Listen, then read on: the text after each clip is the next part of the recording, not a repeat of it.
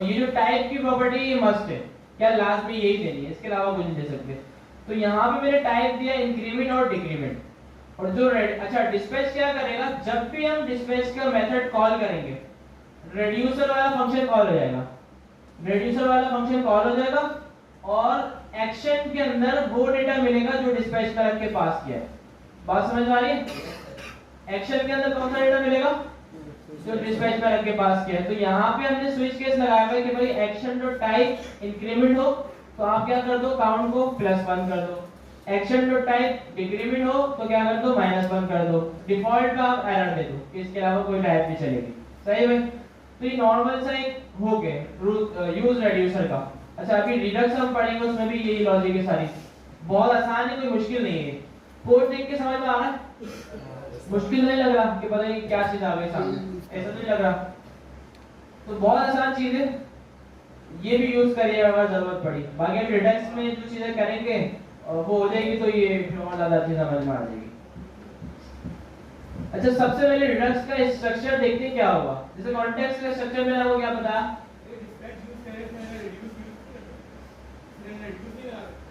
क्या नहीं लगा सकते, रेड्यूस।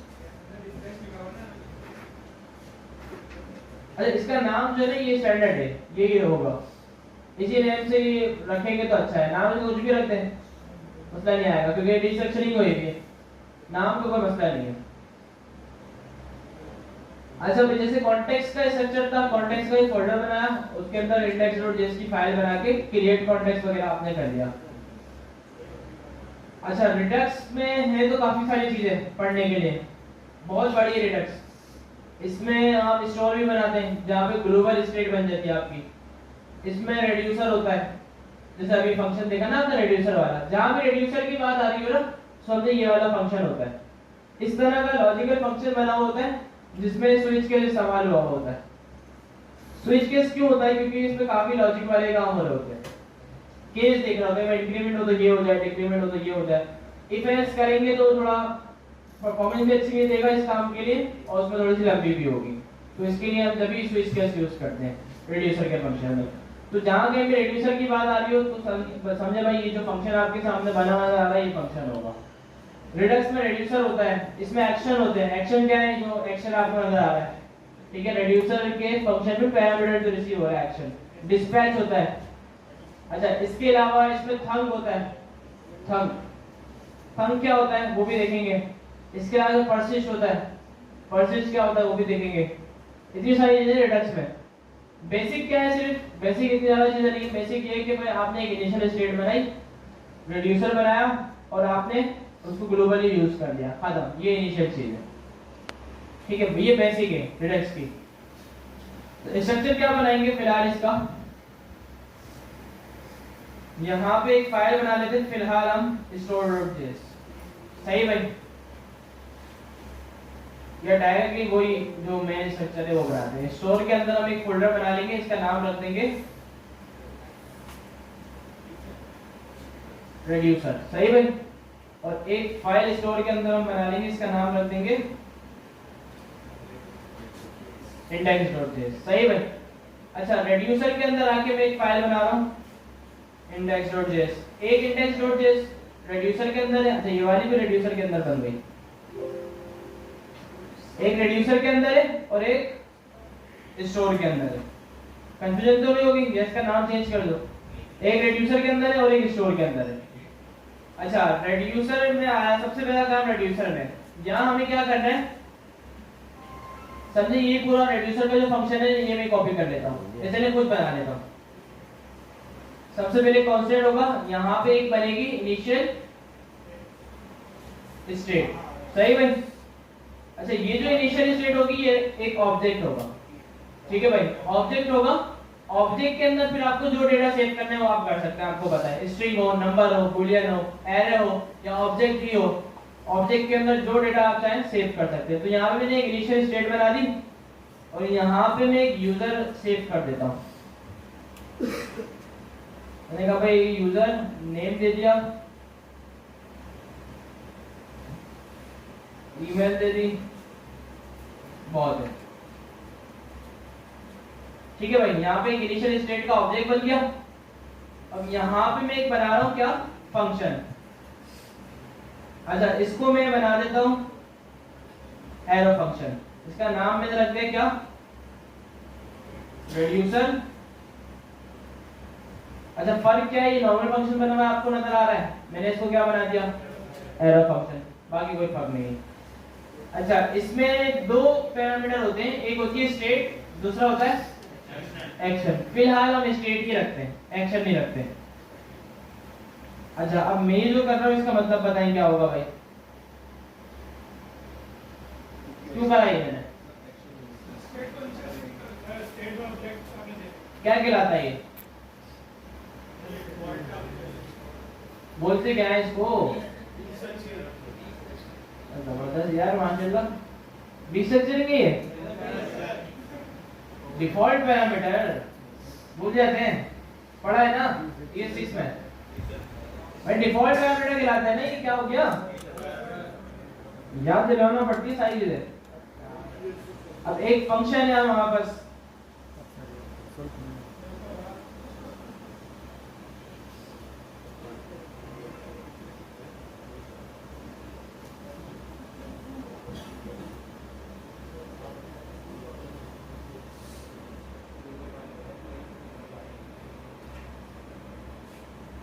हाँ भाई, इसको कॉल किया मैंने, क्या आंसर आएगा, अनडिफाइंड आएगा। अब मैं चाहता हूँ अनडिफाइंड अगर हो ना तो लिखा हुआ है नॉट प्रोवाइडेड, क्या करें, या तो हमें इफ की कंडीशन लगानी पड़ती है कि इफ नेम अनडिफाइंड हो तो नॉट प्रोवाइडेड, वरना एल्स, लंबी हो रही है। तो इसके लिए 6 का एक फीचर था डिफॉल्ट पैरामीटर, इसमें क्या करते थे, नेम इज इक्वल्स टू, यहां मैंने लिख दिया, सही भाई। अब ये क्या करेगा, अगर वैल्यू होगी तो वैल्यू देगा, वरना ये डिफॉल्ट सेट कर देगा, सही भाई। एंटर किया, नॉट प्रोवाइडेड, ऐसा तो यार हमने इतनी सारी चीजें पढ़ी हैं, सारी भूल गए क्या, माशाल्लाह से सब भूल गए, इसको टी जंक्शन भी बोल लेते हैं।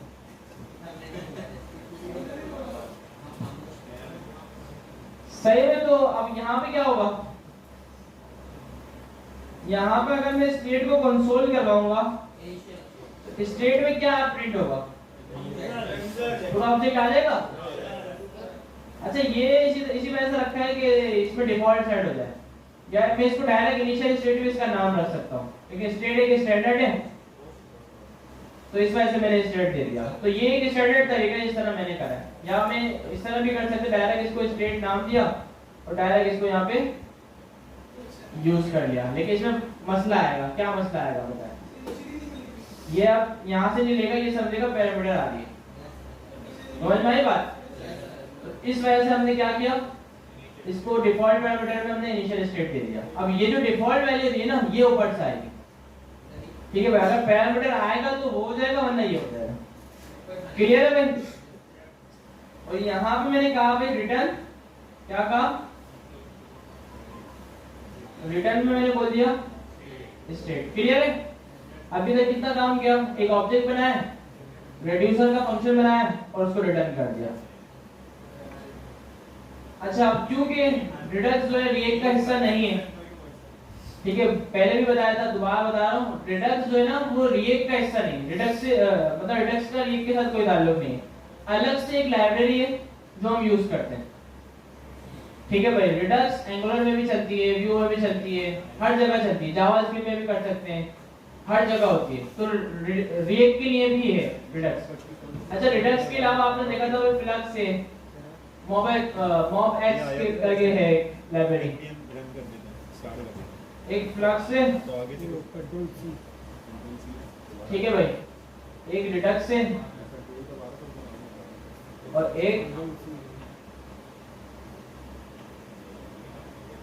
मॉब एक्स, ठीक है भाई। ये कुछ लाइब्रेरीज हैं जो आपकी ग्लोबल स्टेट मैनेज करते हैं। हम देखिए इसके बारे में सर्चिंग किएगा, MobX versus Redux, Flux versus Redux, ठीक है। तो रिडक्स ही आपको टॉप में मिलेगी कि भाई रिडक्स में काम ज्यादा है, ज्यादा यूज होती है, डिमांड ज्यादा है।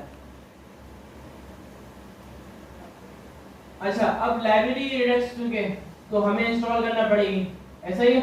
तो हम इंस्टॉल करेंगे npm i redux। अच्छा redux तो इंस्टॉल करेंगे। अब redux इंस्टॉल करने के बाद इसको react के साथ चलाना है। redux तो इंस्टॉल हो गई, अब इसको react के साथ मर्ज करना है, चलाना है। तो उसके लिए भी एक लाइब्रेरी बना दी जिसका नाम है react-redux। तो ये दो लाइब्रेरी मिला के हम redux यूज करते हैं, एक है redux और दूसरी react-redux। अच्छा भाई थोड़ा फोकस रख समझ रहे हैं। redux जो है थोड़ी सी कॉम्प्लेक्स चीज है। अब काफी आसान हो गई है लेकिन फिर भी थोड़ी समझने में मुश्किल होगी, तो कोशिश करें फोकस रख के समझें, पहली बारी में समझ में आ जाए, क्योंकि दूसरी क्लास इसकी रखने वाले नहीं, इतना टाइम नहीं है हमारे पास। सही भाई, तो कोशिश करिएगा आज जितनी हो सबको समझ में आ जाए। तो redux इंस्टॉल किया और react-redux इंटर कर दिया। अच्छा पहले बहुत मुश्किल थी, मैं अगर खुद अपनी बताऊं 2017 में एक हफ्ते में मुझे समझ में आई थी पूरे, रोज पढ़ता था, रोज देखता, समझ में नहीं आ रही। एक हफ्ते बाद थोड़ी लॉजिक क्लियर है यहाँ पे, अब समझ में आ रही है। लेकिन अब इतनी आसान हो गई मेरे, क्योंकि पहले भी आपको बताया कि react क्या थी, अब क्या हो गई, इतना फर्क आया। तो redux में भी इतना ही फर्क आया, बहुत आसान हो गई। ठीक है भाई, ये हो गया। इसके बाद मैंने इसको कर दिया npm start।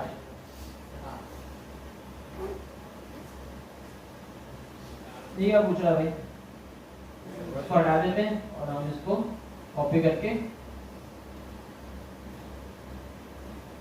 पेस्ट कर देते हैं। सही भाई, और यहाँ पे एरर आ गया, क्लास फंक्शन ऑब्जेक्ट आएगी, ये एरर कहाँ आ गया, app.js में आ गया। मैं यहाँ पे कुछ था ही नहीं।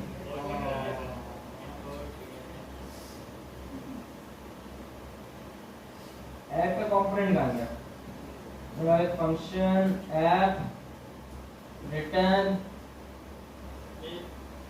div और h1 हेलो।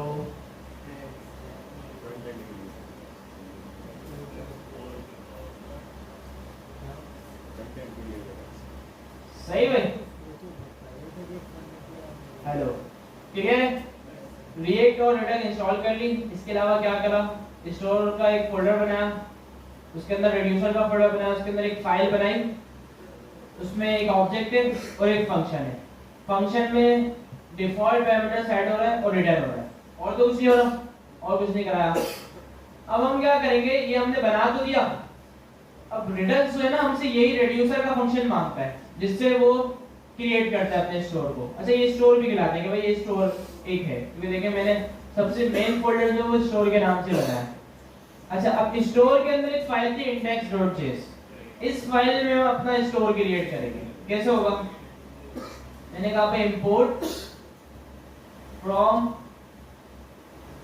redux, क्या इंपोर्ट करना है, क्रिएट स्टोर। क्रिएट स्टोर का एक मेथड है, क्या है भाई, मेथड है। मैंने इसको इंपोर्ट किया और यहाँ पे मैंने एक कांस्टेंट बनाया, इसका नाम मैंने रख दिया, क्या रख दिया, और इसमें ये मेथड कॉल कर दिया। और इस मेथड के अंदर मुझे अपना रेड्यूसर पास करना होगा जो कि मैंने बनाया है। तो मैं रेड्यूसर को इंपोर्ट कर लूं। मैंने कहा भाई रेड्यूसर कहाँ बनाया था, एक्सपोर्ट नहीं किया, एक्सपोर्ट कर देते। मैंने कहा भाई एक्सपोर्ट डिफॉल्ट रेड्यूसर, चीता होगा भाई, रेड्यूसर हो गया इंपोर्ट भाई। सही है भाई, और इसको मैंने पास कर दिया क्रिएट स्टोर में, हो गया काम। यहां से मैंने इसको कर दिया एक्सपोर्ट डिफॉल्ट स्टोर। क्लियर है भाई, ज्यादा कोड तो नहीं लिखा, एक लाइन है सिर्फ क्रिएट स्टोर, और तो कुछ नहीं नया। एक यहाँ पे रेड्यूसर बनाया, एक यहाँ पे एक लाइन में कोड लिखा, और कुछ भी नहीं। अच्छा अब ये क्या हुआ कि यार redux मैंने इंस्टॉल की थी, redux के जरिए क्रिएट स्टोर के मेथड से मैंने अपना स्टोर क्रिएट कर लिया। अब मेरा काम क्या रह गया कि जो मैंने स्टोर क्रिएट करा है इसको अपनी रिएक्ट एप्लीकेशन के साथ कनेक्ट करवा दो। ऐसा ही स्टोर तो बन गया, अब रिएक्ट एप्लीकेशन के साथ कनेक्ट करना है। अच्छा कनेक्ट करने के लिए मैं आ जाऊंगा जो हमारी सबसे मेन फाइल है, सबसे मेन फाइल में इसको हमेशा कनेक्ट करते हैं ताकि सब जगह स्टोर जो है वो अवेलेबल हो जाए। जैसे कॉन्टेक्स्ट का था कि मेन फाइल में करते हैं और हर जगह आपको वैल्यू मिल जाती है। तो मैंने यहाँ पे इंपोर्ट करना है रिएक्ट रिडक्स से। रिएक्ट रिडक्स भी एक इंस्टॉल करा था ना, यहाँ पे मुझे इंपोर्ट करना है प्रोवाइडर। कॉन्टेक्स्ट का भी था प्रोवाइडर, उसमें कॉन्टेक्स्ट डॉट प्रोवाइडर करके यूज करते थे। यहाँ पे मैंने प्रोवाइडर जो है वो डायरेक्टली इंपोर्ट कर लिया। प्रोवाइडर को हमें क्या कर देना है, क्या कर देना है, रैप कर देना है। ठीक है, मैं प्रोवाइडर को मैंने यहाँ पे रख दिया और प्रोवाइडर हमसे एक प्रॉप लेता है। जैसे कि कॉन्टेक्स्ट का प्रोवाइडर हमसे क्या लेता था, वैल्यू। रिडक्स का प्रोवाइडर हमसे लेता है स्टोर, ये फिक्स होता है। तो इसको हम कौन सा स्टोर दे देंगे, सीधा होगा यार सारे। तो हमने स्टोर बनाया था, जो स्टोर यहाँ पे हमने इंपोर्ट किया। कहाँ पर है ये वाला स्टोर, स्टोर के अंदर इंडेक्स की फाइल है, सही है। तो यहाँ पे मैंने इसको पास कर दिया स्टोर। अच्छा, अब भले राउटर यूज करें, कंपोनेंट यूज करें, कुछ भी यूज करें, लेकिन सारी चीजें ऐप के अंदर होनी चाहिए। राउटर लगा दें ऐसे ही पढ़ लें, प्रॉपर कर लेते हैं काम, सही बात है। तो मैंने यहाँ पे एक फोल्डर बनाया, इसका नाम रख दिया config और राउटर डॉट। राउटर के लिए इंस्टॉल करूंगा रिएक्ट राउटर डॉम। जब तक ये इंस्टॉल हो रहा है हमें इंपोर्ट करना है फ्रॉम रिएक्ट राउटर डॉम से browser router as router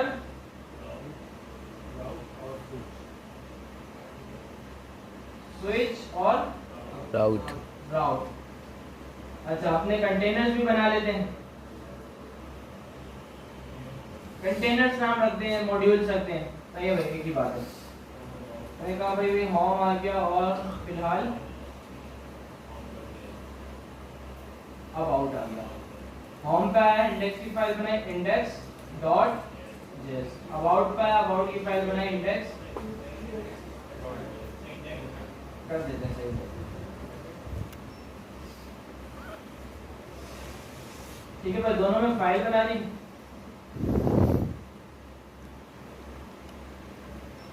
function बना दिया, फंक्शन ये कौन सा, अबाउट, रिटर्न, डेव और h1 अबाउट। और इसको यहां से हमने कर दिया एक्सपोर्ट डिफॉल्ट अबाउट। यही मैंने पूरा फॉर्म में बनाया और इसमें लिख दिया मैंने होम। इंपोर्ट किया दोनों को राउटर की फाइल में।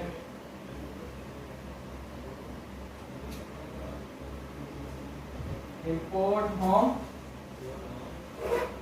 और import about. Function app router return router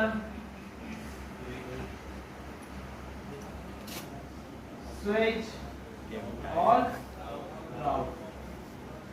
उससे पहले कौन सा बनाएंगे भाई, एग्जैक्ट हो गया, पाथ में रूट आ गया, कंपोनेंट में हमने कह दिया होम और दूसरे में हमने बोल दिया अबाउट और इसका पाथ रख दिया प्लेलिस्ट बना दूं अबाउट। ऐप राउटर को एक्सपोर्ट डिफॉल्ट कर दिया, तो दो में 180 हो गया। ऐप राउटर और इसको ऐप डॉट जेएस में इंपोर्ट किया। कौन सा फ्रेंड, ट्राइपॉड। और यहाँ पे मैंने इसको लिया था ना, यूज कर लिया। अच्छा अगर अब चल गया कोई एरर नहीं आया तो इसका मतलब रिडक्स जो है वो अप्लाई हो चुकी है। एरर आ गया तो रिडक्स ने कोई ना कोई बंड मारा। अप्लाई कैसे किए पता नहीं चला। चल गया भाई, तो इसका मतलब रिडक्स जो है वो अप्लाई हो चुकी है। अच्छा होम पे लिंक बना लेता हूँ मैं भाई, होम से अबाउट पे चले जाए, अबाउट से होम पे आ जाए। ये काम कैसे होगा? लिंक अगर हम यूज करें तो वो कर देगा इंपोर्ट, नहीं करेगा क्यों?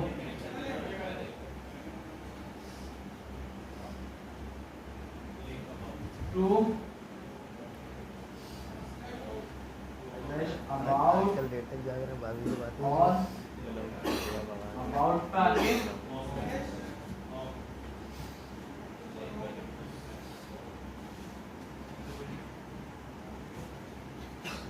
ठीक हो गया भाई। कल सजाने वाली नहीं गया था राउटर भी लगा दिया मैंने। तो नहीं गया अब तो बड़ा ठीक हो जाता अबाउट आ गया, होम आ गया। सही भाई, सही चल रहा है। कल जाऊंगा अब आप रिडक्स कल पर जाऊँ अभी इधर रिडक्स में क्या क्या हमने कर लिया?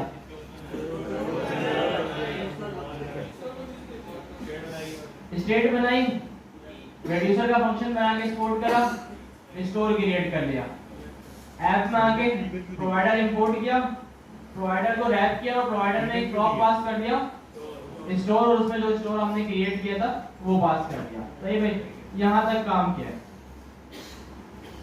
अच्छा अब काम इतना आसान हो गया, अब हमें सिर्फ और सिर्फ क्या करना है, होम में आना है। मुझे होम के अंदर वो जो मेरी ग्लोबल स्टेट थी ना वो वाला डेटा चाहिए, तो अब मैं क्या करूँगा? मैं यहाँ पे आया, मैंने यहाँ पे एक रिएक्ट का हुक इंपोर्ट किया जिसका नाम होगा, क्या नाम होगा, क्या नाम होगा, व्यूज। इनके ये रिएक्ट का हुक में होगा, ये होगा रिएक्ट रिडक्स का, इसका नाम होगा यूज सेलेक्टर। ठीक है भाई, इसका नाम होगा यूज सेलेक्टर। मैंने यहाँ पे कांस्टेंट बनाया, इसका नाम रख दिया स्टोर। यहाँ पे मैंने कहा भाई यूज सेलेक्टर। अच्छा यूज सेलेक्टर का एक हुक है जो रिटर्न करता है वो जो हमारी ग्लोबल स्टेट होती है उसको। सही भाई, कैसे करता है? यहाँ पे हमने स्टेट यहाँ पे देनी है और ये कॉल बैक फंक्शन होता है, तो इसके अंदर एक फंक्शन बना के इस तरह स्टेट को दोबारा से रिटर्न करवा देना है। ये काम हमें यहाँ पे करना है।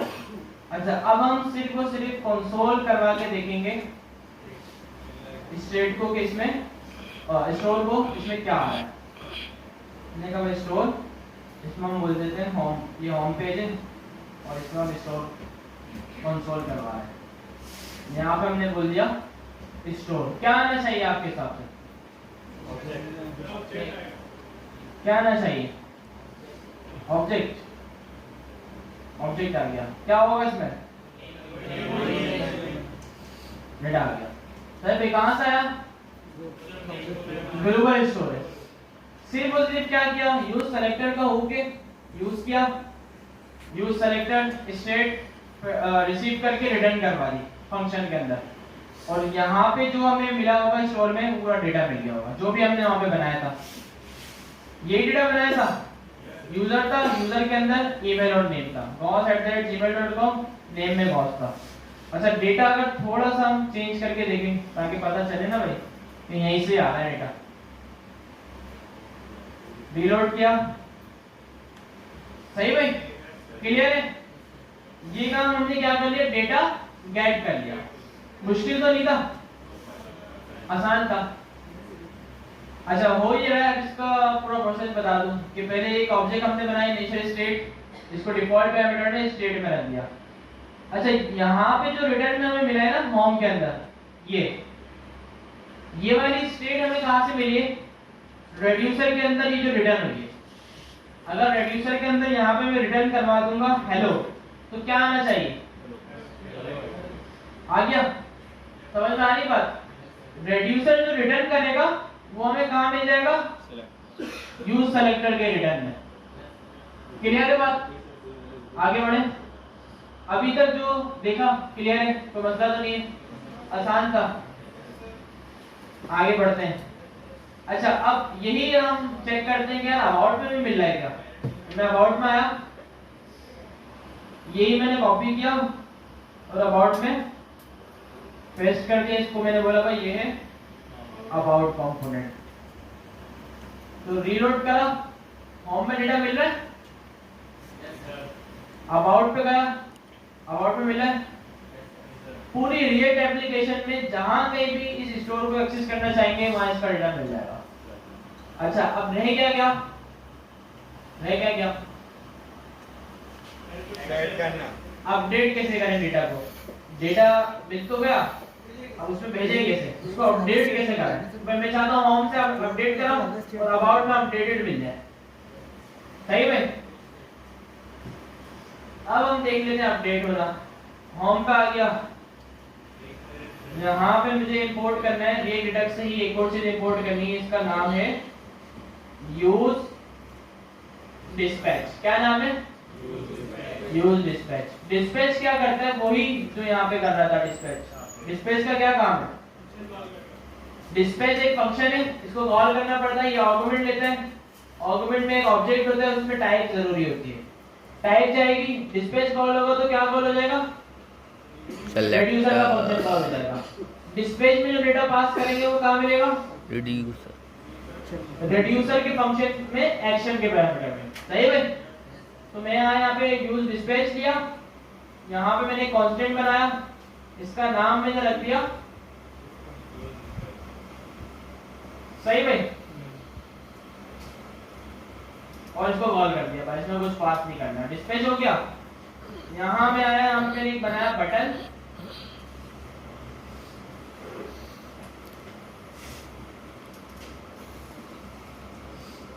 सही में, क्लिक, और यहाँ पे मैंने कहा ऑन क्लिक पे आप क्या कर दो, एक फंक्शन कॉल करो और फंक्शन के अंदर डिस्पैच को कॉल कर दो। और डिस्पैच में मैंने कहा भाई, अच्छा डिस्पैच को अगर देखिए बगैर किसी टाइप वगैरह के मैं कॉल कर दूं तो क्या होता है। होम पे आ गया, कॉल किया, एरर आ गया। क्या एरर आया? Actions may not have an undefined type property, you may have misspelled an action type। समझ में आ गया? क्या बोल रहा है? ये बोल रहा है जो आप एक्शन पास कर रहे हैं डिस्पैच के अंदर। अच्छा, डिस्पैच के अंदर ये जो ऑब्जेक्ट पास होता है इसको हम बोलते हैं एक्शन। क्या है? एक्शन। तो ये बोल रहा है इसके अंदर टाइप जो है वो लाजमी होनी चाहिए। तो मैं इसको बोल देता हूँ, या इसको मैं बोल देता हूँ टेस्ट, सही है। अब ये कॉल हो जाएगा। अच्छा, जैसे ही ये कॉल होगा तो होगा क्या, रेड्यूसर के अंदर ये जो फंक्शन है रेड्यूसर का, ये कॉल हो जाएगा, ये कॉल होगा, और इसके सेकंड पैरामीटर में हमें मिल जाएगा एक्शन। तो हम यहाँ पे करवाएंगे console.log एक्शन एक्शन। अब पता है एक्शन में मुझे क्या मिलेगा, कंसोल में क्या मिलेगा? सिर्फ टेस्ट या ऑब्जेक्ट होगा? ऑब्जेक्ट होगा ना। क्लिक किया, मिल गया भाई। ये डेटा कहां से आया? होम से आया। होम से डिस्पैच कॉल हुआ, और डिस्पैच जैसी कॉल हुआ डिस्पैच ने रेड्यूसर कॉल कर दिया, और रेड्यूसर के एक्शन में हमें वो ऑब्जेक्ट मिल गया जो डिस्पैच में मिला है। क्लियर है भाई? यहां तक क्लियर है? मुश्किल तो नहीं है, बहुत आसान चीज है। अच्छा, पहले ये नहीं था, पहले सिर्फ इतने से काम के लिए इतनी ज्यादा चीजें हमें करनी पड़ती थी रिडक्स में, यार बंदा बोले यार मुझे करनी ही नहीं है। वाकई अब इतना आसान हो गया, दो हो गए, यूज सेलेक्टर, यूज डिस्पैच। जहां कहीं भी आप यूज करना चाहें, अगर आपको स्टेट से डेटा चाहिए यूज सेलेक्टर यूज करें, स्टेट में डेटा भेजना है तो यूज डिस्पैच यूज करें, बहुत आसान है। अच्छा, हम एक काम अब करते हैं, क्या काम करते हैं, मैं रेड्यूसर में आ गया, यहाँ से मैंने ये यूजर का ऑब्जेक्ट हटाया, और यहाँ सिर्फ और सिर्फ एक प्रॉपर्टी मैंने रख दी नेम की, सही भाई, नेम की प्रॉपर्टी रख दी। तो अब इसमें क्या आ रहा है, नेम की प्रॉपर्टी आ गई। होम पे मैं आया और यहाँ मैंने कहा भाई h2 तो यहाँ पे आप प्रिंट कर दो, क्या प्रिंट कर दो, स्टोर डॉट नेम, नेम आ रहा है ना, तो नेम में क्या प्रिंट हो जाएगा, आ गया, कहां से आया बॉस, ग्लोबल स्टेट से आया, ऐसा ही भाई। अब मैं चाहता हूं इसको अपडेट करूं, अपडेट कैसे होगा, मैंने यहाँ पे एक बटन बनाया था, मैंने इसका नाम रख दिया अपडेट, मैंने टाइप पास कर दी भाई अपडेट, अपडेट टाइप पास कर दी और यहाँ से अपडेट का बटन मैंने क्लिक करवा दिया, रेड्यूसर में आया। अब रेड्यूसर को मैनेज करने का बेस्ट ऑफ द बेस्ट तरीका ये है कि भाई आप स्विच कैसे यूज करें, इफ एल्स भी कर सकते हैं कि भाई इफ टाइप अगर अपडेट हो तो नेम को अपडेट कर दो, इफ टाइप अगर डिलीट हो तो नेम को डिलीट कर दो, तो इफ एल्स भी यूज कर सकते हैं, लेकिन बेस्ट क्या है, स्विच केस। स्विच केस याद है, भूल तो नहीं गए,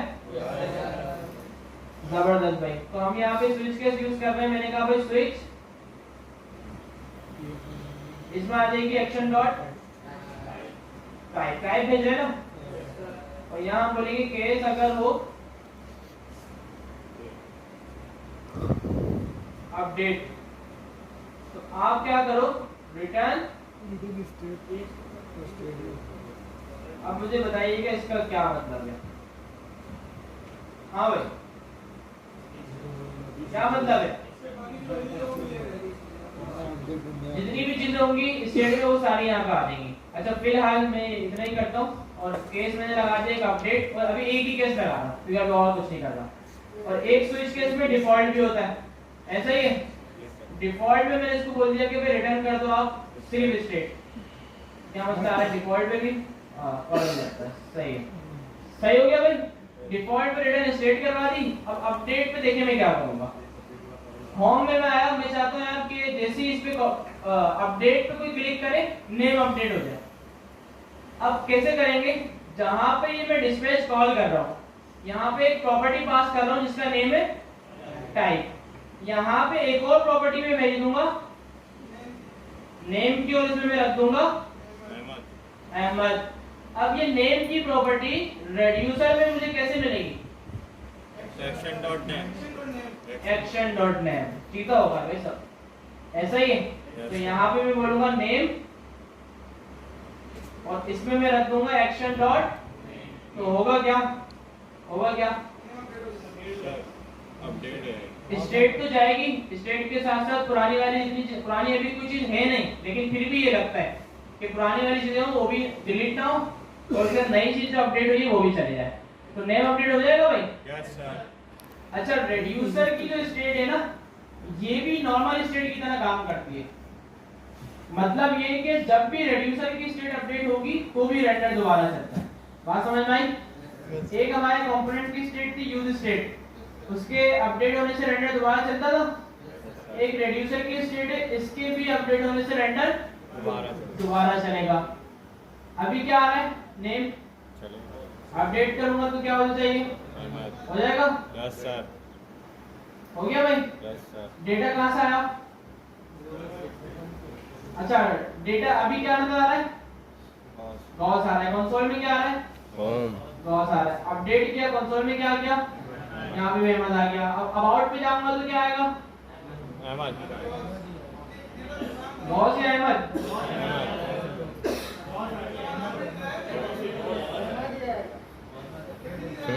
अब जहां जहां मैं स्टोर को यूज करूंगा हर जगह अपडेटेड डेटा मिलेगा, मतलब एक दफा किसी कंपोनेंट से अपडेट कर दिया, जहां कहीं भी अब मैं डेटा मंगवाऊंगा वहां अपडेटेड मिलेगा। इसी चीज का तो नाम है ग्लोबल। ग्लोबल का क्या मतलब है कि एक जगह स्टेट सेट करा दी, अब जहां कहीं भी हम चाहेंगे अपडेटेड मिलेगी। क्लियर है भाई ये चीज, यस सर। सिंपल एक काउंटर बना ले, जैसे कि कॉन्टेक्स्ट एपीआई मैंने बोला था, इंक्रीमेंट डिक्रीमेंट रिडक्स को यूज करते हुए, जल्दी